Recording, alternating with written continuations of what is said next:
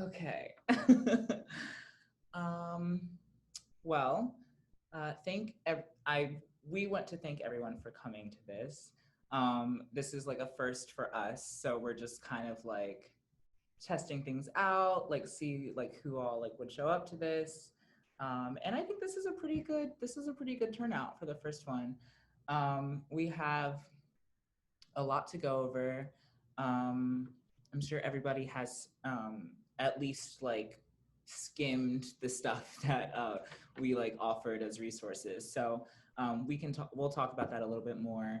Um, and yeah, we have like a whole like slideshow presentation, but there's plenty of room for discussion. And if at any point anyone has anything to say, feel free to, there's like a raise hand thing down in like the right hand corner. And then I guess that like leads us into the different guidelines, I guess, that we have for the Changemaker Chats. Oh, I'm not. Yeah. So basically we just wanted to set guidelines so no one's like talking over each other, just like whoever wants to talk, you have the floor and everyone's just kind of being respectful. We are recording this and then putting it on our YouTube channel, so if you don't want your face on YouTube, you can hide your face. And then we are going to talk about police brutality and show some images that might be disturbing to some people, so just like as a warning for that before. And yeah, that's Yeah. everything. So I guess without further ado, I will share my screen. So we first wanted to just like talk a little bit more about what Changemaker Chats actually is, and kind of what our mission and vision kind of is with the Lancaster Changemakers Collective. So yeah, we want changemakers as a whole to do these things and offer these things, but specifically Changemaker Chats is what we want to use as a very like specific platform and forum for people to have these open discussions and things like that. So yeah, like we're looking to like further explain and help kind of make Lancaster's like political and governmental like language more accessible to everybody, so that people have a better understanding of how things are working here and how all of the different policies and social stuff affects us as individuals and as a community. We also want to discuss systemic oppression on a grander scale, but also as it specifically pertains to Lancaster and us. And then we also want to provide as many free or low-cost resources to citizens for citizens to learn from as possible. We're college students, we're in school, and we recognize the elitism that comes along with that. So as many resources as we're provided that pertain to the conversations that we want to have, we want to be able to redistribute those, as well as just like research things on our own and just try to make everything as accessible as possible. And through all of that, we just really like, we envision a community in which, you know, everybody feels engaged and equipped in working towards sustainable change, and that everybody is informed, and that we all just have a better understanding of how these different social and political issues affect us and how we can make them better, and how we can help ourselves out. So we want to kind of preface this by saying that the reason why we're specifically talking about performative allyship has to do with something that happened last week regarding a specific business, Cafe 18 here in Lancaster. And our goal with this isn't to like single them out, but because they were kind of the catalyst and what happened with them sparked this specific conversation, we want to talk about them. But there are numerous businesses and restaurants and people, individuals that this pertains to, and we'll get into that a little bit more later. So we want to talk a little bit more about the different kinds or different means of performative activism, kind of just talking about how performative activism is damaging or hurtful to especially marginalized communities. In this case, we're talking about the Black Lives Matter movement, so the Black community in Lancaster, and seeing again, like, we want to call in Cafe 1-8. We wanted to talk about them and show them here, like they did a Blackout Tuesday post, and then they also did a post talking about like how they understand like why this movement is so important. Well, the performative part comes in our next slide when we talk about their story and how they accepted a donation from someone who is openly a Trump supporter and then also in support of the police. So it's kind of like 2 steps forward, like 5 steps back at this point. If you're saying like, I understand the Black Lives Matter movement, I understand systemic oppression, you should understand that one of the institutions that repeatedly like focuses on the oppression of Black and brown lives, how are you going to give them free like it just doesn't, like it doesn't make sense. Yeah. So yeah, we don't want to like spend too much time talking about that. We want to get into like, you know, the grunt of everything. So I have a little clip from the TED Talk that we provided that kind of delves into a different kind of subset of performative allyship. The majority of white liberals and progressives believe that they are doing the right thing. They believe that they are speaking for the masses. But there's just one problem with that. People of color aren't voiceless. And by taking our voice away, the works of people of color is co-opted at best and erased at worst. We kind of want to get into how a lot of different places and people have done this where they kind of take the situation at hand and they, like she said, co-opt and kind of revise it into what they want it to be, or into what they believe is the right thing. And sometimes that kind of turns into, or it comes from a place of them genuinely believing that it's the right thing to do, or that they're being helpful, and they're not taking enough consideration into what the community that they're trying to help actually needs. It's more so about them. And if you got to watch the whole TED Talk, and if you didn't, I highly recommend like going back and watching it. It's all about intention versus impact. You can have a well-intended tweet or post or just opinion that you thought was coming from a good place, but if the impact is towards the people that you're talking about, again, in this case, we're talking about Black lives.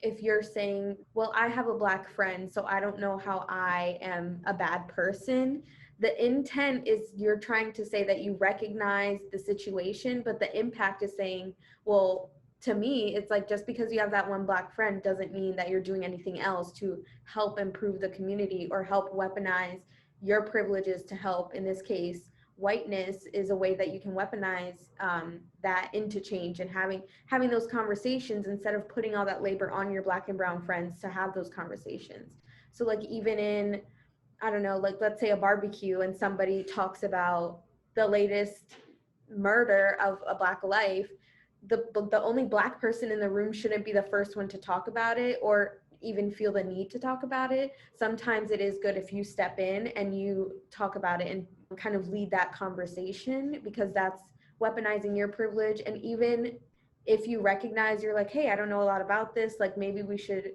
do our research and come back to this topic later. That's also good, because we don't want people just talking some nonsense, honestly. It's always good to have productive and effective conversations and not just to talk, just to kind of prove who's more woke or whatever. Mm-hmm. I think it's all about, again, intention versus impact, and making sure your impact is a lasting one and is also a very, intentional and good impact versus something that you kind of said off the cuff and then it ends up hurting or damaging somebody. So next up, we want to talk a little bit more. This is kind of leading into white saviorism and what it means to have a white savior complex. The term white savior comes from the idea of like okay, you have a savior complex, but you also have this like white superiority complex. And a lot of times, like these people are aiming to help non-white people, but sometimes, like I said before, it's not always that they're trying to do this, but it ends up being more self-serving than they intended. And it sometimes, most times, it can be harmful to the marginalized group in which they're trying to help. There's also a like colonial kind of factor that plays along. And we see that a lot with missionaries, especially during like the colonization of Africa by Europeans. We saw a lot of this language will help civilize these people, or this religion will help civilize these people, when these people already had, you know, their own civilization. They had their own languages, their own religions, their own ways of being. And also, like, I want to talk a little bit more about being the educator versus educating someone and the balance between that. And a lot of times we see white saviors, what if they're trying to like talk to a person of color and they're like talking at them and just kind of like spitting all of these facts that they know, that they perceive this person of color to not know or not understand or not have experienced themselves. And then even with fellow white people and trying to educate them and trying to like turn them into an ally, it kind of is more about being the educator and being the person that changes this person or educates this person, rather than the simple duty of just educating someone. They're centering themselves in that rather than the external person or persons that they're talking to. And like I said, it comes from a place of just believing that they're doing the right thing. So we kind of went over this before, and like Brian was saying with the educator thing, I think especially in these conversations, if you don't have a lived experience, it's hard to kind of be the one to say, well, like, I watched a TED Talk about this, I listened to a podcast, so that means I know more than you and I can educate you on this topic, versus kind of listening, being an active listener and listening to this person's lived experiences and taking that with the knowledge that you already have and then putting that all together. And again, it's the intention behind everything. No matter how well-intended something is, the way that someone like, you can't tell someone how to feel. So if they feel hurt or angry or frustrated by something that you said, it's kind of a way, when we talk about being a genuine ally, changing the way that you receive that information. Instead of you getting frustrated back at them, you're just like, wait, this is what I meant, I'm sorry. And like, next time, take that information, take their anger and their frustration, recognize it, validate it, and then move on. Because I think the tension comes when we don't listen to each other and we're just being like, oh no, like I was right, or I was trying to say this, and that's not, again, a productive or effective conversation in any way. So I think looking more into your intentions, but also looking into how will this impact someone, and kind of questioning that before you get into it. Mm-hmm. So speaking of like the impact in terms of social media and like hashtag activism and like, you know, like Blackout Tuesday posts and stuff like that, you have to consider, how does that engagement, how does that affect others? And like, how much influence does this person have? You know, like if a celebrity is simply just posting a black square with hashtag Blackout Tuesday, that's not necessarily much on their part. In fact, it's a little counterproductive, but other people may see that and become intrigued and then take that and learn for themselves and put more work in themselves. There's a fine line, especially in terms of impact. It's clear to kind of, you know, it's easier to be skeptic of someone's intention and figure out their motives, or try to like infer their motives and who they are and what they stand for. But it's much harder to kind of gauge like what the impact of that actually is going to be, and how others will be influenced to then also move based on what this one person is posting or doing or saying. I think about the Kendall Jenner like Pepsi commercial, like that was so well intended on her part. Like she was like, oh, like this is, I don't know, like what her thought. I've seen some like interviews, but basically she thought that it was just a nice gesture and a nice demonstration of like what a bridge between police brutality and like protesters could be. But then once the commercial was out, so many people were frustrated, rightfully so, because they're like, giving a cup of Pepsi is not going to stop them from like killing me. That's why it's always good to have multiple people on your team and have people to talk about with, like, is this a good idea? And always like questioning yourself on things, because it's like, if you don't have those people around you, then again, no matter how well your intention is, that impact is going to be greater and far more damaging than if you had intentionally figured out and constructed what you were doing before posting or whatever. Next up, we want to talk a little bit more about propaganda and what that phrase actually means, what the idea of it is, how we've seen it nationally, and also how we've seen it locally. Trevor Noah actually did a great segment on propaganda on The Daily Show. He was saying, how do people, like, especially within the United States, form their public opinion of police if like a small percentage only interact with the police on a daily basis or within a year or whatever. And it's because of shows, like you said, kind of desensitize, but also create the framework of what we think police are. Like, there is a lot of corruption and there is a lot of brutality that goes on, but in these shows they show us that that's okay. Like, half the times when you watch these cop shows, they're like, I need to beat the answer out of him because he's lying. But also in real life, when they're beating these people, that's how they coerce them to falsely what's it called? What is the word? Confess. To falsely confess to a crime that they didn't commit because they're trying not to get beat by the cop anymore. Mm-hmm. And then getting into the kind of the systemic racism part of it, if you're highly policing Black and brown neighborhoods, then you're beating these kids up, and then you're telling them you'll stop beating them up if they tell you the truth. And then they're like, I'm just going to tell them whatever they want to hear at this point.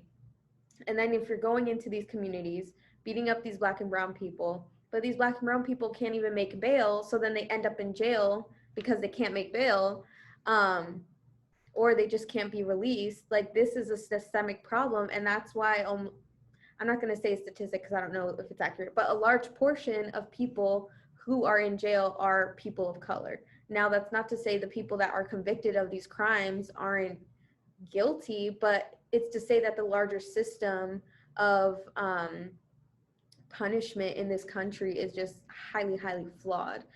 So when we see propaganda and people have this generalized idea of like, not all cops are bad, or they're just doing their job, we have to really reevaluate our idea of what justice is in this country and what policing is in this country if we're getting all our ideas from TV. I also kind of wanted to talk about how, you know, propaganda, as well as the whole like white savior aspect and this idea that the white savior is correct and that the police are correct, it kind of has an abuser victim aspect to it. And we see it very heavily with propaganda, like with like gaslighting. The portrayal of police that we see in the media, whether that's like this like comedic jokester or this like hero that like always saves the day, all of that stuff, like that is not the experience that a large portion of people of color, Black people, don't receive. Like we don't experience the cops as these funny jokester guys. We don't experience the cops as these heroes. A lot of times they're abusing us physically, emotionally, mentally. So then we're like turned around and we see this on TV, or we hear that like this is how we're supposed to think of them, and it's like we're not necessarily allowed to feel how we feel, and we're told to feel the opposite way about this group or about this person who's abusing us. And the same can kind of be said for white saviorism, where, you know, a person of color can talk to a person who has a white savior complex for days and say, this is not the way that this works. This is the experience that I have. This is what I know. This is how I feel.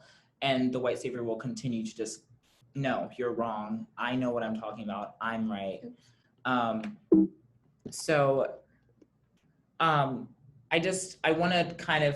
kind of did connect it to performative allyship, but I want to take a little bit more and just like talk about how the cops have taken advantage of this current Black Lives Matter, anti-police, anti-racist movement. And we see that with them like kind of centering themselves, talking about how like different like protesters and rioters have now hurt them, and how they're being targeted by people, and they're being doxxed by people, when that's not the vast majority of what's happening. And that problem wouldn't be a problem if it weren't for this initial problem. And we need to keep the focus on police brutality, on racism, on the injustice in the justice system, rather than now like kind of coddling and babying the cops, who are also, portrayed as these like brave heroes who are being kind of ravaged by what we are being conditioned to believe, who we are being conditioned to believe are the villains of this story. And then we also see with the whole like kneeling and then gassing and beating protesters, like that's also kind of another form of gaslighting, where it's like 1 second they're with us, and 1 second they truly care, and 1 second they're, they're here and they're supporting and all of that, and then the next minute they're hurting us again. But it's intentional, and yes, they do that to confuse the people. Again, if you're getting all your perception of police from the media, and the media is telling you that no, like the police are good, they're dealing with people, like they're nice, they have good intentions, but then they're not showing you that they're beating people with batons and shooting them with rubber bullets. That's where it kind of gets dangerous. And I saw that Hannah actually said that it kind of reminds her of the Exonerated Five. So I was wondering if you wanted to talk about that a little bit. Yeah, sure.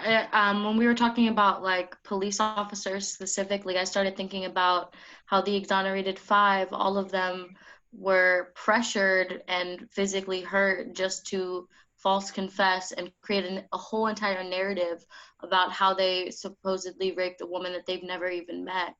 I actually got to meet Dr. Yusef Salam from the Exonerated Five a few months ago, and like hearing his story directly about how he was physically hurt from the police was just terrifying, and also like a reality kind of like that everyone should really look into, is like how the police officers hold so much power in being able to control conversations that are supposedly you confessing, Yeah, and I think that's a good point about the power dynamic. Like if we're looking at cops as this authoritative figure that are enforcing the law, how does it feel when also the Exonerated Five were like 15, I believe, like they were young when they were interrogated by the police. So you have this authoritative figure, you're young, and you're, for the most of the part of your life, you're told that this person knows what they're talking about, and then they're beating this confession out of you. And that's also traumatizing. So there are just so many layers to, again, the justice system that we need to reevaluate and rethink. But then it's so hard to kind of be critical of it, because then you have the media, again, producing all of these things that make you think that they're actually good. And I think that's the root, or like the definition of gaslighting. Yeah. It's just like making you think that you're kind of wrong.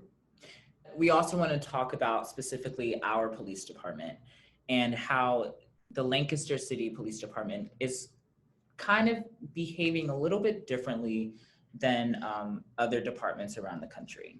So we talked about how, in terms of tear gaslighting, one moment the police officers are supporting us, kneeling with us, doing all of that stuff, and then they turn it into beating, tear gassing, and all of that stuff.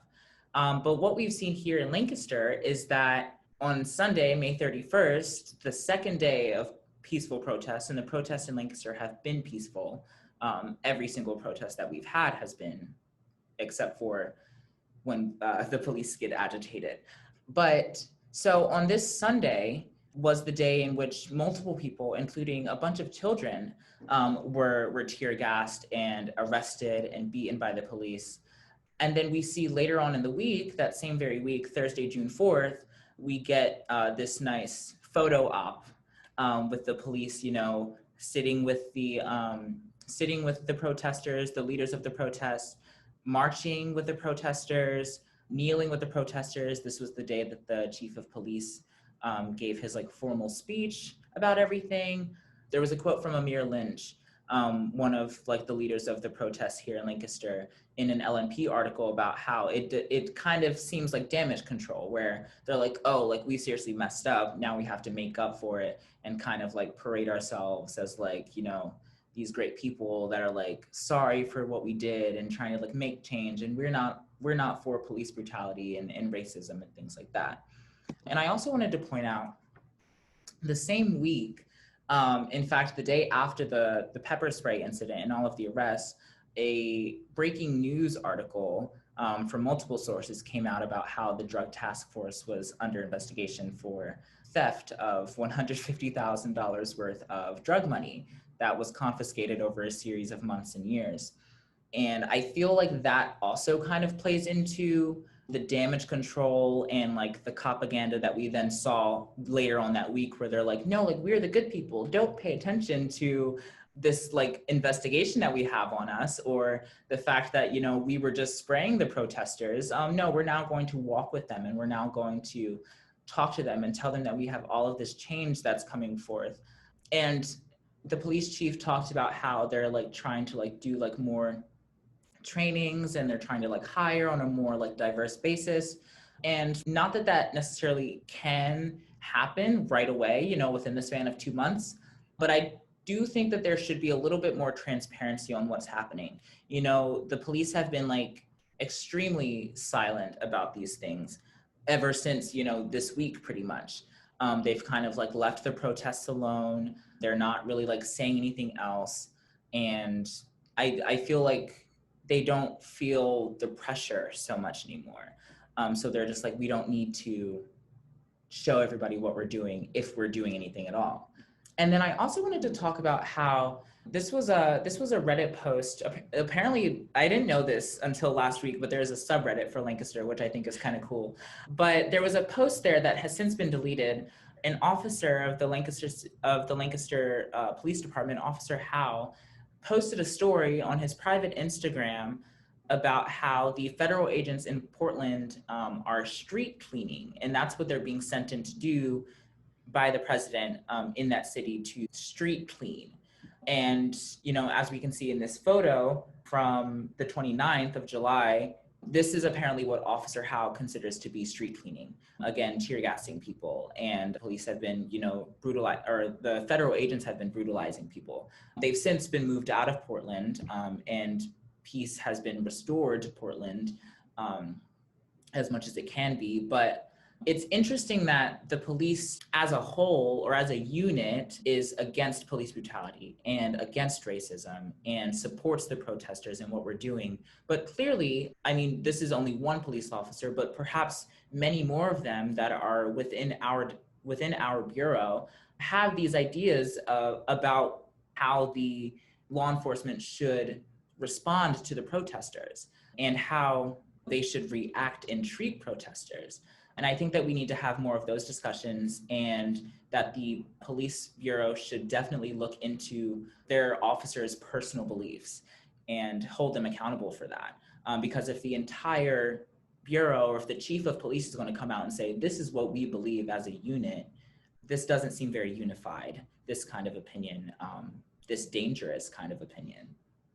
Now we're going to talk more about how people can hold themselves accountable and hold each other accountable as allies. Obviously, we have a big problem with just everything, but we can only focus on one small thing. And I guess if we're focusing on allyship, it comes down to an individual level. And like Brian was saying, like even with the police department, if it comes down to an individual level and all these individuals feel this way, like when it comes together as a unit, it just makes everyone look crazy. But as an individual, if we're all genuine allies, when we come together, we're that much stronger. So we got this off of an Instagram. Highly recommend that you follow. It's Diversify Our Narrative. And they just outline some genuine examples of allyship. So utilizing your white privilege to interrupt white supremacy. So what does that look like?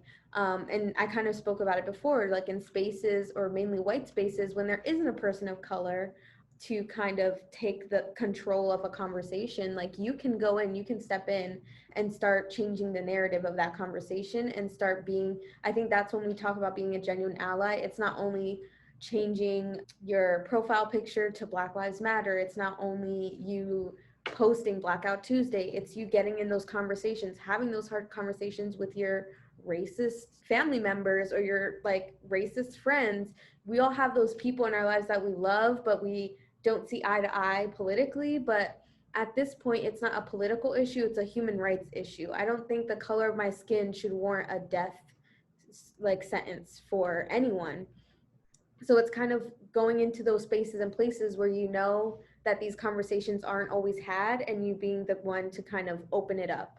And they can be small and they can be insignificant, but anytime that you're going into a space and you're disrupting it in that way, I think it speaks volumes, especially to people who you consider friends or family who are in this marginalized group, who are in this community. I think that speaks volumes. Participating in justice activism online and in your daily life, I think that to an extent everything is political, but also social justice or kind of diversifying your own life doesn't have to be that hard. So if you like food, for example, and you're a foodie and you follow all these foodie Instagram pages, how many of those foodies are Hispanic or Asian or Black? Are they all white foodies? If you're into yoga, what yogis do you follow? If you're into music, what bands do you follow? What music do you listen to? I recently started loving indie music, but indie music is largely a white dominated music genre, but there are indie artists of color. So it's just diversifying the things that you already like and making sure you're getting it from different angles and perspectives that aren't your own, so that you're not only following white people that do all these things, because brown people do the same exact things. So again, just kind of diversifying your own life in these little ways can make such a difference. And it's really not that hard to just kind of integrate these things into your life. They say actively seeking measures to educate yourself. I think one of these, so when we talk about actively seeking measures to educate yourself, I think it's important not to tax your Black and brown friends, because they are not your teachers. They they are not your free diversity encyclopedia. One, because they can only tell you about their individual lived experience, and they do not talk for their whole ethnic group.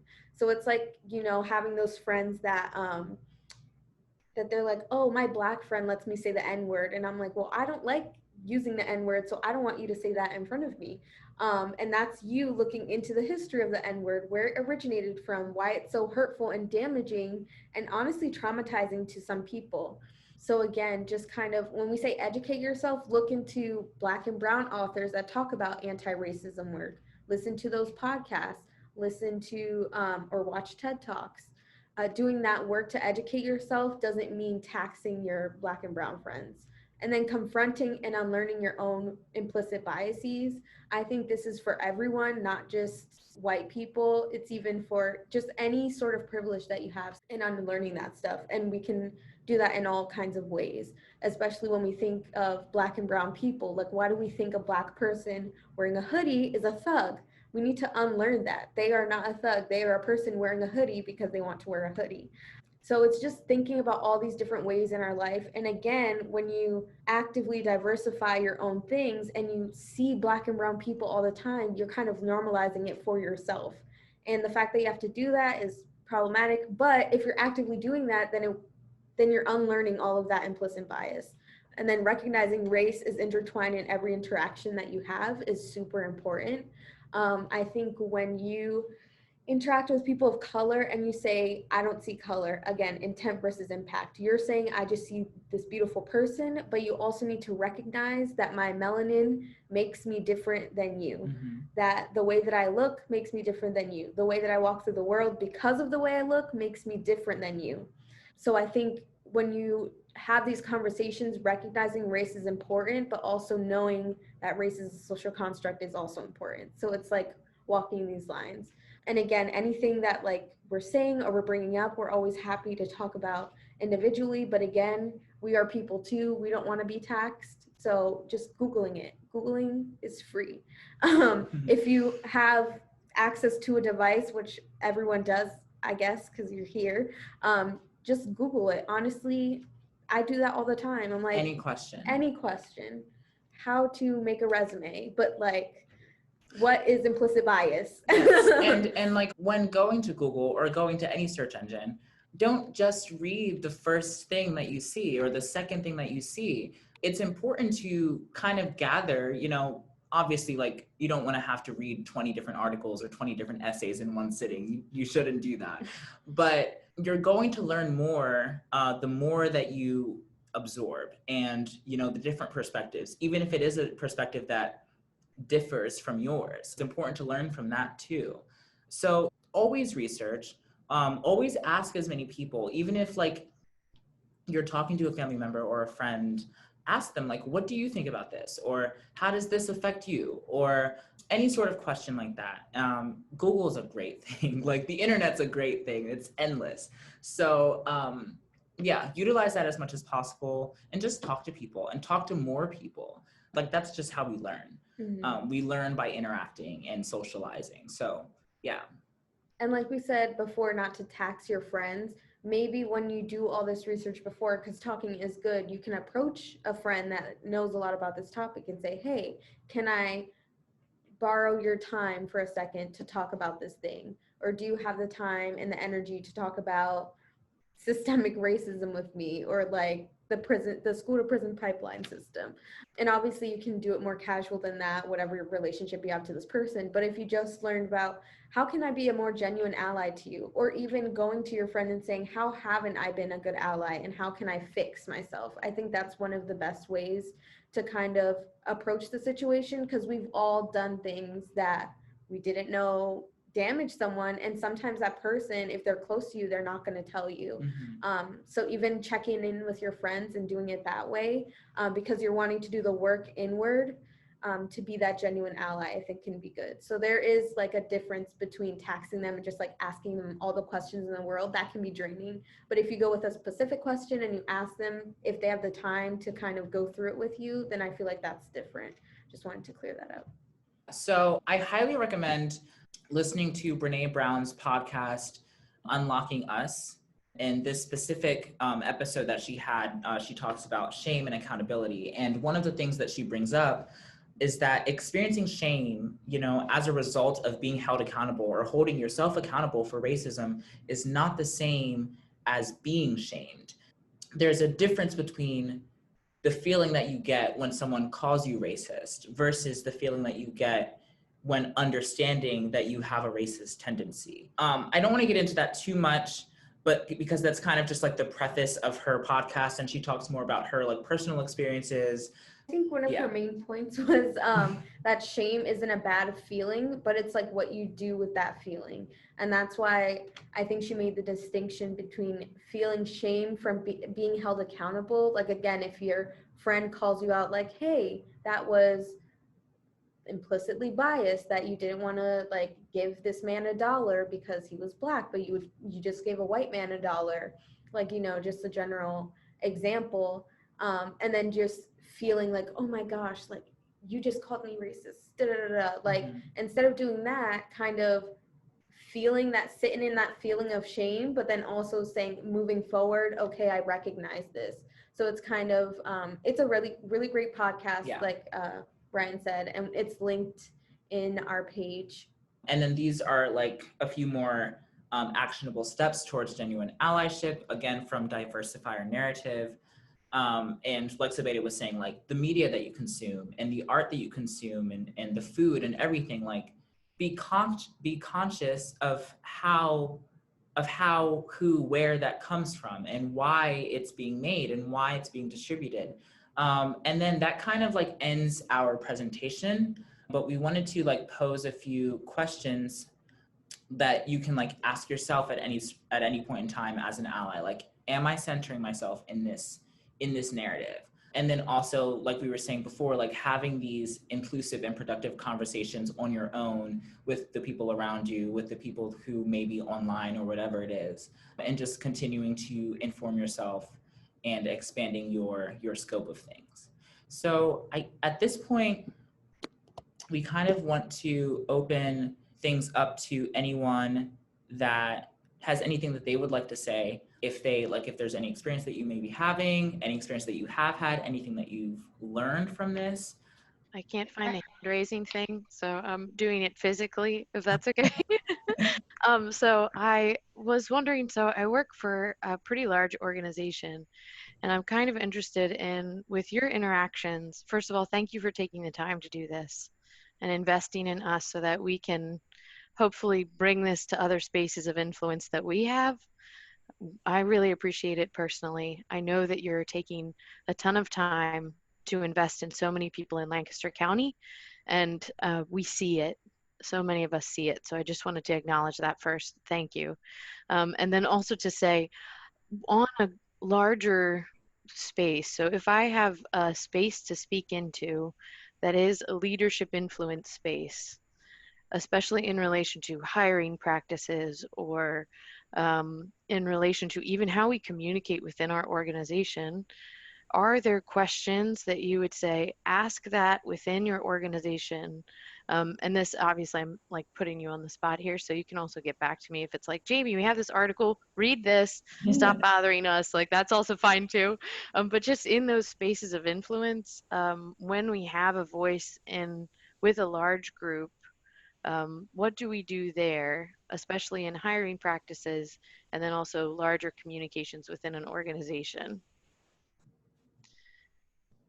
I think definitely in, I guess, company spaces or corporate spaces, it's always good to have, in general, kind of a diversity inclusion person, just so they can integrate any of these ideas into all those things, like hiring practices, making sure that you have systems set in place so that whoever is hiring doesn't have an implicit bias. Right.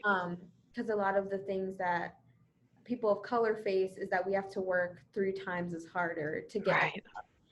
and looking at our credentials. So if you have a candidate that's Black and you have one that's white and they have the same credentials, who are you hiring? And I think it comes down to the implicit bias of the person that's the hiring manager. It's also, you don't want to tokenize people. Like, you don't want to just hire one Black person in each department just so you have a Black person. You need to be intentional about what you're doing. And I think it's always, like what we were saying, always asking questions, like kind of always criticizing yourself and just saying, like, is this correct? Like, what I'm doing is correct. And I think if you do have a position like a diversity inclusion manager, that would be a good person to kind of Question everything. yeah. Yes. Is that, yeah, okay.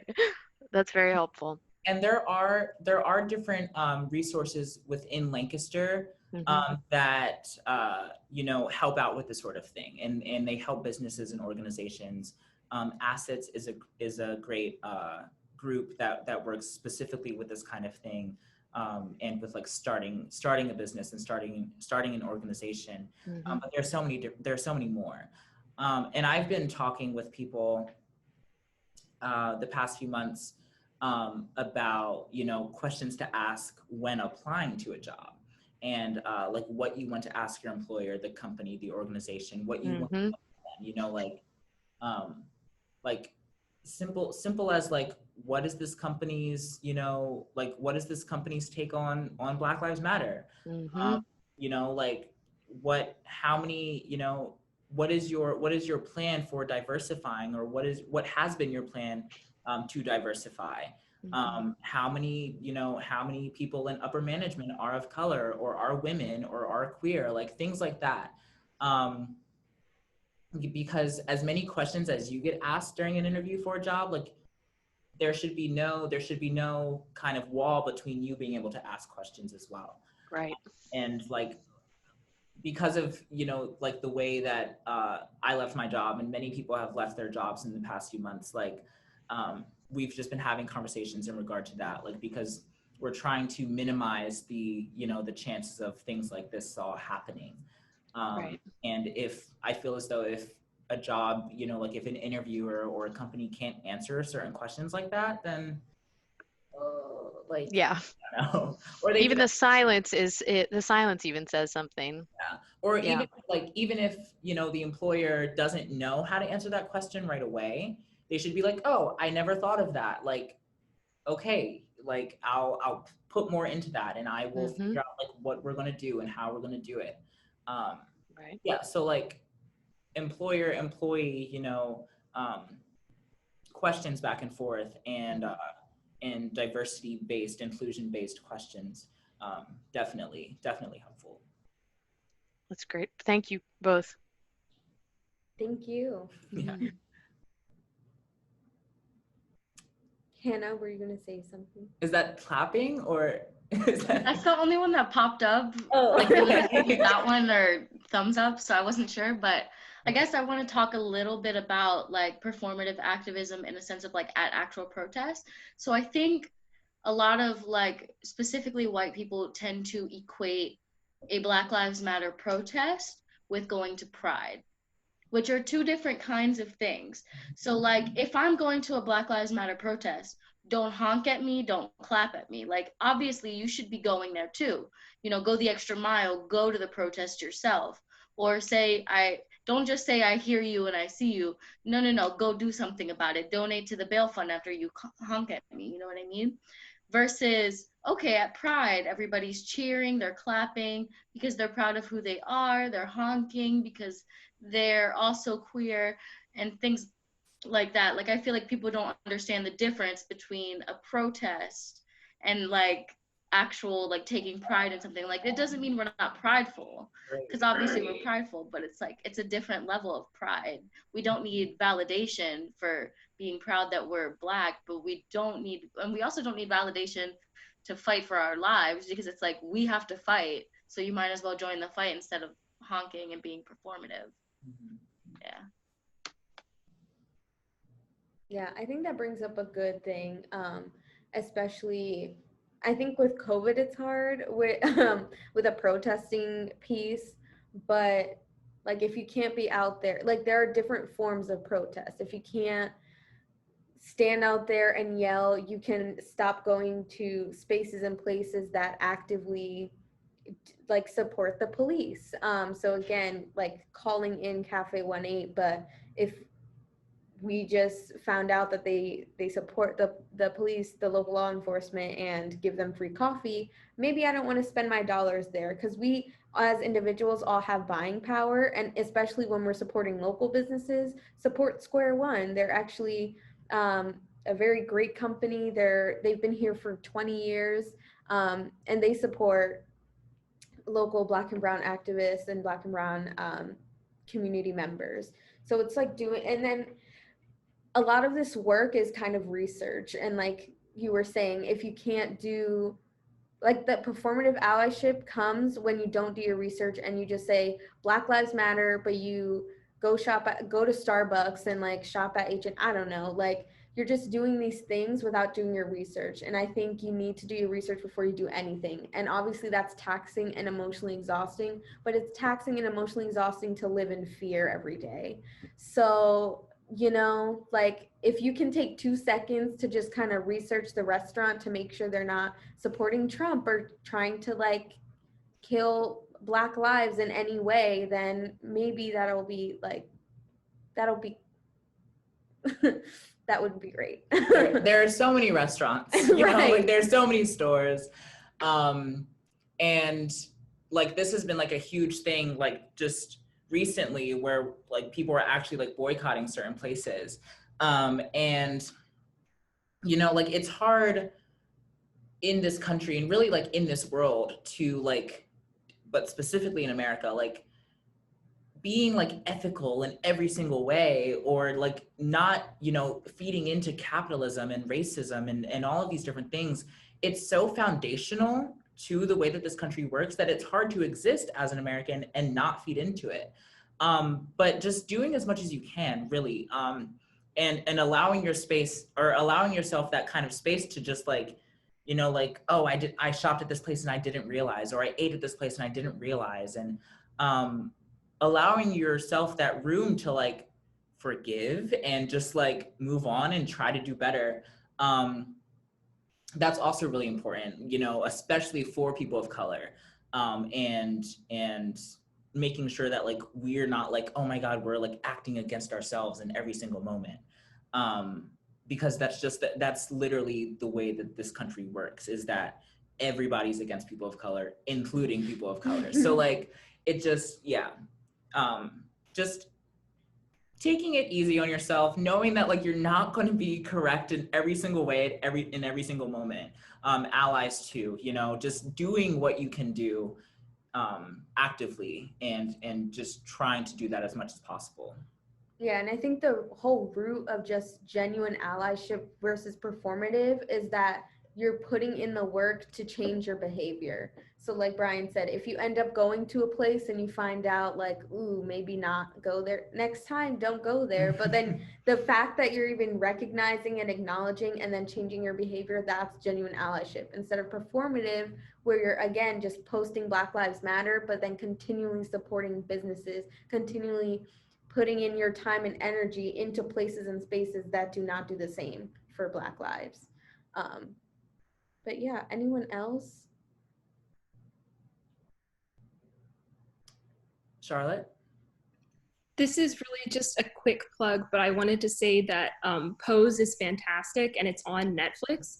So I need to watch the second season, but like I learned so much like history and so many important things to know from the show, and it made me cry like twice in the last episode. So everyone should definitely watch it. It's funny that you talk about crying because I have seen like the first 2 or 3 episodes of Pose, but I have not fully watched it because literally within the first 10 minutes, I was like, yeah, I was like, I can't believe that this is happening. Yeah. And it hits so close to home. So like, I haven't like set aside the time to like emotionally prepare for what that show is going to do to me. But everybody that I know that has watched it, like has been like, you need to watch it. You need to watch it. You need to watch it. Yeah. So one of these days, So good. yeah, one of these days I'll just give myself like a whole day where I can just be a sobbing mess and do that. Also, other things on Netflix, When They See Us, is about the Exonerated Five. I have not watched that because I just know I'm gonna cry. But again, like when we talk about changing our behavior, it's not only educating yourself through the tragedies of like Black and brown experiences, like watching Raising Dion, it's also on Netflix. It's a Netflix original about this little Black boy with powers and how like it's so good. But it's just like, you know, a different aspect. Like, yes, he's Black, but he also is a superhero and is like going through all these motions. So it's not only about engaging in Black and brown tragedy, but also in the joy and also in their brilliance and in the experience. And that's when, you know, we mentioned before, like Instagram pages or just different news outlets that are centered or focused around Black and brown issues. Because music, movies, film, TV, clothing, like supporting a Black-owned business, that's supporting Black joy and not Black tragedy. So just like another note.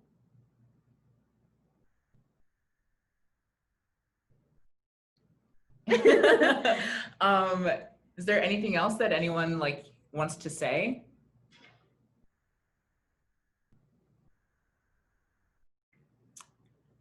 Okay. Well, we added a link to a feedback form if people want to click that and give us your feedback on this. We want to continue making Changemaker Chats, and hopefully the next one you can invite a friend and that friend can invite a friend. But I also like this small group too.